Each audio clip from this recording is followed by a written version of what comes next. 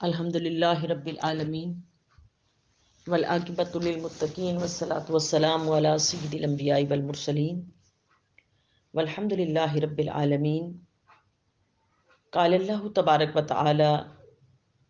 فی القرآن المجید والفرقان الحمید ان الذین آمنوا والذین ہادوا والنصارى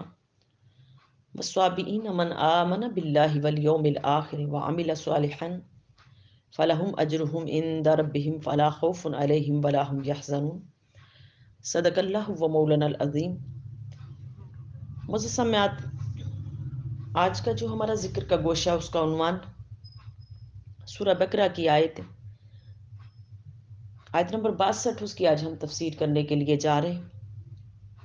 اس آیت کا ربط پچھلی آیات کے ساتھ چند طرح کا ہے کہ پچھلی آیات کے اندر بنی اسرائیل کو احکامات کا حکم دیا گیا۔ احکامات کا حکم دیا گیا، جب انہوں نے احکامات کو نہیں مانا پھر ان کے اوپر متعدد بار آزمائشوں کا نزول ہوا۔ تو اس آیت کے اندر اس کا ربط پچھلی آیت کے ساتھ اس طرح کا ہے کہ پچھلی آیات میں ان کو احکامات پر عمل پیرا ہونے کا حکم دیا گیا۔ اس آیت کے اندر ارشاد فرمایا کہ اب جو کوئی ایمان لے آئے، وہ یہودی ہو، نصارہ ہو، صابی ہو، اگر عمل اچھے کرے گا اور حضور صلی اللہ علیہ وسلم کا زمانہ کو پا لے گا تو اس کو چاہیے کہ پھر وہ حضور صلی اللہ علیہ وسلم کی ذات اطہر پر ایمان لے آئے۔ تو جو ایسا کرے گا اس کو کوئی خوف نہیں ہوگا۔ یعنی ارشاد فرمایا ان الذین آمنوا، بے شک وہ لوگ جو ایمان لائے، والذین ہادوا اور یہودی ہو گئے، یہودی والنصارى اور نصارہ، والصابین اور صابی، من آمن باللہ والیوم الآخر اور جو ایمان لائے اللہ اور آخرت کے دین پر، وعمل صالحا اور اعمال اچھے کیے، فلہم اجرہم عند ربہم تو ان کا اجر ان کے رب کے پاس ہے، ولا خوف علیہم ولا ہم یحزنون انہیں نہ کوئی خوف ہوگا نہ یہ غمگین ہوں گے۔ یہاں پر ارشاد فرمایا کہ ان الذین آمنوا، ان الذین آمنوا، ایمان والے کون سے لوگ ہیں؟ ایمان والے لوگوں کا پہلے حکم ہوا، پھر اگلی امتوں کا جو نا ذکر فرمایا گیا۔ تو ایمان والے لوگ کون ہیں؟ کہ وہ لوگ ایمان والے ہیں کہ جو حضور علیہ الصلوۃ والسلام کی، جب حضور علیہ الصلوۃ والسلام کی بعثت ہو گئی اور ان کے اوپر ایمان لانے والے اور احکامات پر عمل کرنے والے اور منہیات سے منع ہونے والے، یعنی کہ جن احکامات سے حضور نبی علیہ الصلوۃ والسلام نے منع فرمایا ان سے رک جانے والے، تو ان کو کیا کہا گیا کہ آمنو، ایمان والے ہیں، ایمان والے ہیں۔ ایمان والوں کا ذکر یہاں پر فرمایا گیا کہ یہ لوگ ایمان والے ہیں۔ آگے ارشاد فرمایا والذین ہادوا اور وہ جو یہودی ہو گئے، یہودی ہو گئے۔ اب یہود سے کیا مراد ہے؟ اس سے مراد، یہود سے مراد کہ ابن عباس رضی اللہ تعالیٰ عنہ اس چیز کی طرف اشارہ کرتے، آپ فرماتے کہ آپ صلی اللہ علیہ وسلم کی بعثت مبارکہ کے بعد کسی کا کوئی طریقہ، کسی نبی کا یا عمل قابل قبول نہیں، اور رسول صلی اللہ علیہ وسلم کی اتباع ہی ضروری ہے۔ اور یہود کون سے لوگ ہیں؟ یہود آپ فرماتے ہیں کہ یہ حضرت موسیٰ علیہ السلام کے پیروکار تھے، جو اپنے زمانہ میں تورات کے اوپر عمل کرتے تھے، تو ان کو یہود کیا کہا گیا۔ اور یہ یہود یہ سیگا حوادہ سے ہے، یعنی حوادت بھی اس کا تائیدانیس سے ہٹ پہ آتی ہے، اور اگر تائیدانیس کو اس کو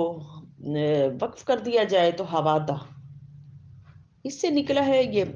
سیگا حوادہ سے یہود کا لفظ، اور اس کا معنی ہے الفت اور محبت، مودت۔ تو یا تہود سے یہ ماخوذ ہے جس کا معنی ہے توبہ، توبہ، جیسے موسیٰ علیہ السلام کا فرمان ہے کہ انا ہدنا الیکا، یعنی اللہ ہم آپ کی طرف توبہ کرتے ہیں۔ تو بس ان دونوں صورتوں میں توبہ اور مودت میں سے کسی ایک کی اصل وجہ انہیں یہ بتایا گیا کہ ایک قول یہ ہے کہ یہ نام بتایا گیا کہ یا مودت ہے، یعنی کہ جڑ جانا، موسیٰ علیہ الصلوۃ والسلام، انبیاء علیہ الصلوۃ والسلام کے ساتھ جڑ جانا اور توبہ کر لینا، توبہ کر لینا،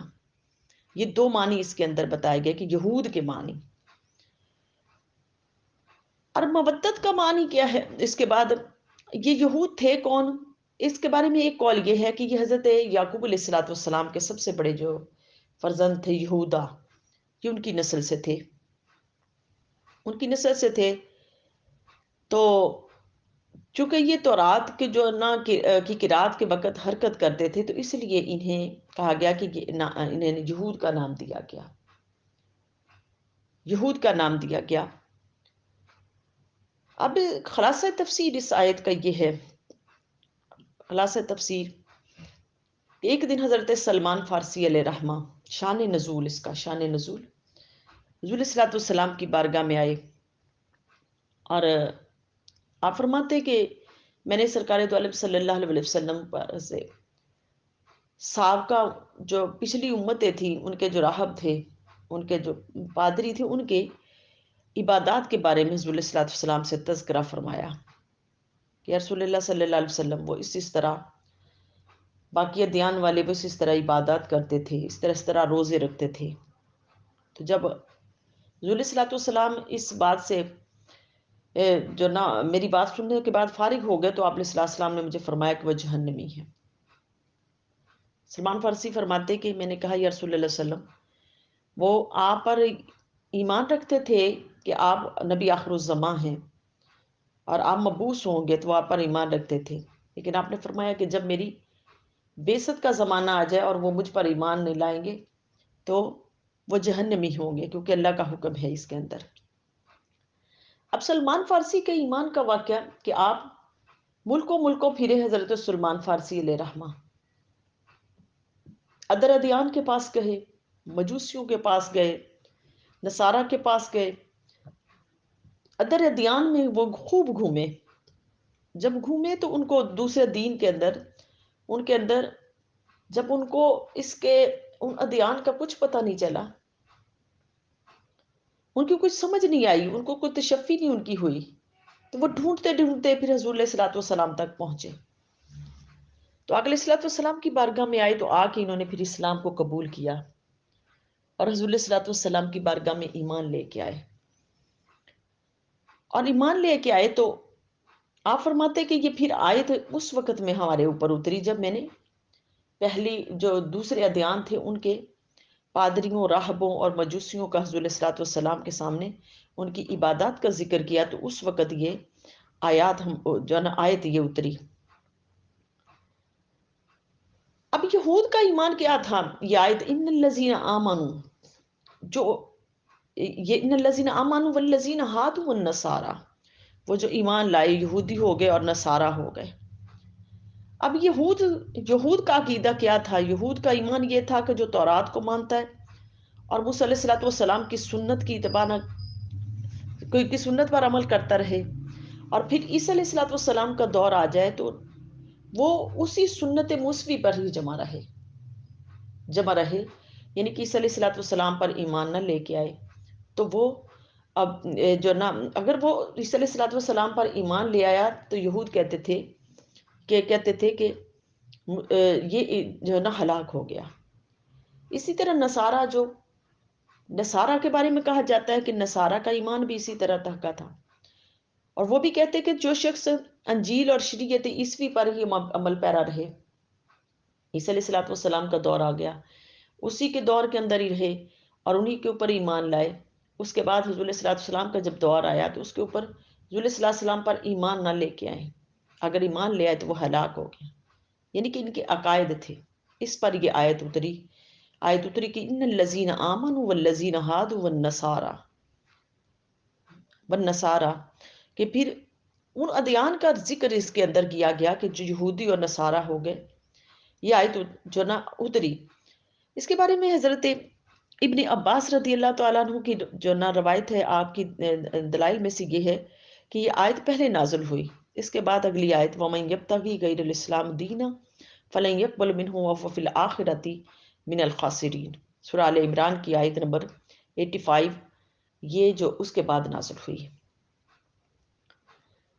تو اس آیت کا مطلب یہ ہے کہ حضور علیہ الصلوۃ والسلام کا جو زمانے کو پالے اس اس کو حضور علیہ الصلوۃ والسلام پر ایمان لانا ضروری ہے، ایمان لانا ضروری ہے۔ آگے یہود اور نصارہ عیسیٰ علیہ الصلوۃ والسلام کے پیروکار تھے، ان کو عیسائی جن کو کہا جاتا ہے یہ نصارہ ہیں، اور یہود یہ اس موسیٰ علیہ الصلوۃ والسلام کے پیروکار تھے،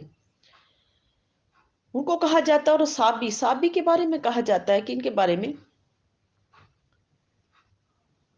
کہ صابی وہ قوم ہے، اس کے بارے میں صابی لفظ میں اختلاف ہے، یعنی کہ مختلف محدثین اس کے بارے میں اختلاف کرتے ہیں۔ حضرت سفیان ثوری نے حضرت مجاہد کا قول نقل کیا ہے کہ یہ مجوسیوں اور یہود و نصارہ کے مابین ایک قوم تھی جن کا کوئی دین نہیں تھا، کوئی دین نہیں تھا ان کا۔ اور دوسری روایت کے اندر ابن ابی نجیح نے بھی اسی طرح روایت کیا کہ حضرت عطا اور سعید بن جبیر سے بھی یہی مروی ہے، ابو العالیہ ربی بن انصدی اور ابو شعثہ جابر بن زید دہاق اور اسحاق بن راہویہ کا قول بھی یہی ہے کہ یہ صحابی یہ اہل کتاب کا ہی ایک فرقہ ہے، یہ زبور پڑھتے تھے، اس لیے امام ابو حنیفہ اور اسحاق نے فتویٰ دیا ہے، اسحاق بن راہویہ انہوں نے فتویٰ دیا کہ ان کا ذبیحہ کھانا وہ اور ان کے سے نکاح کرنا وہ جائز ہے، کیونکہ یہ اہل کتاب ہیں، اہل کتاب کے ساتھ نکاح کرنا اور ان کا ذبیحہ کھانا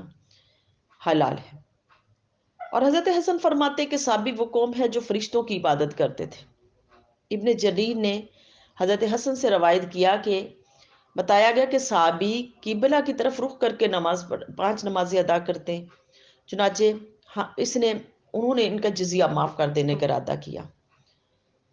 تو پھر پتہ چلا کہ وہ فرشتوں کی عبادت کرتے، فرشتوں کی عبادت کرتے۔ ایک قول ان کا یہ قول ہے، جو نام امام حسن حضرت حسن کا ان کا یہ قول ہے اس کے اندر۔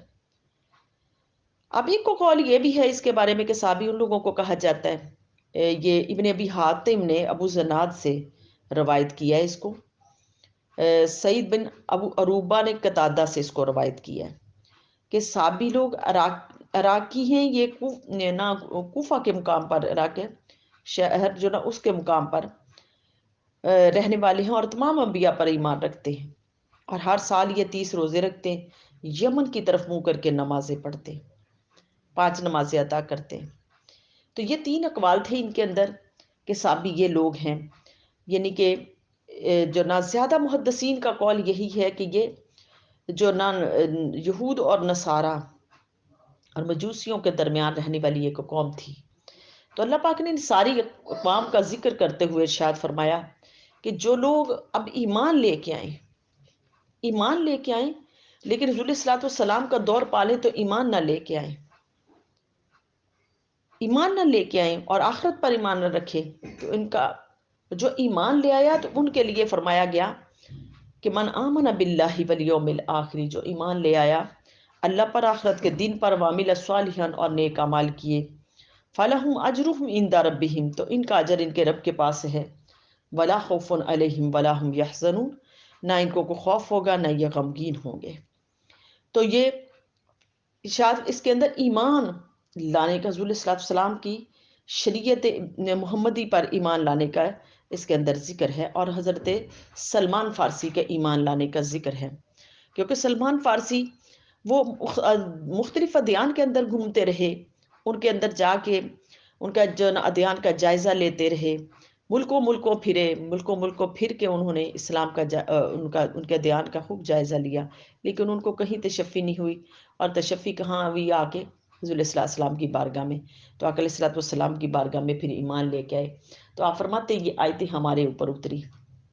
یہ آیت جو ہمارے اوپر اتری، تو اس کے اندر حضرت سلمان فارسی علیہ رحمہ کا ان کے ایمان کا جو ذکر ہے۔ تو اللہ رب العالمین کی بارگاہ اقدس میں میری التجا ہے کہ اللہ پاک ہمیں اس قرآن مجید کے اوپر عمل کرنے کی اور قرآن مجید کے احکامات کو ماننے اور اس پر عمل کرنے کی اللہ پاک توفیق عطا فرمائے، وما علینا الا البلاغ۔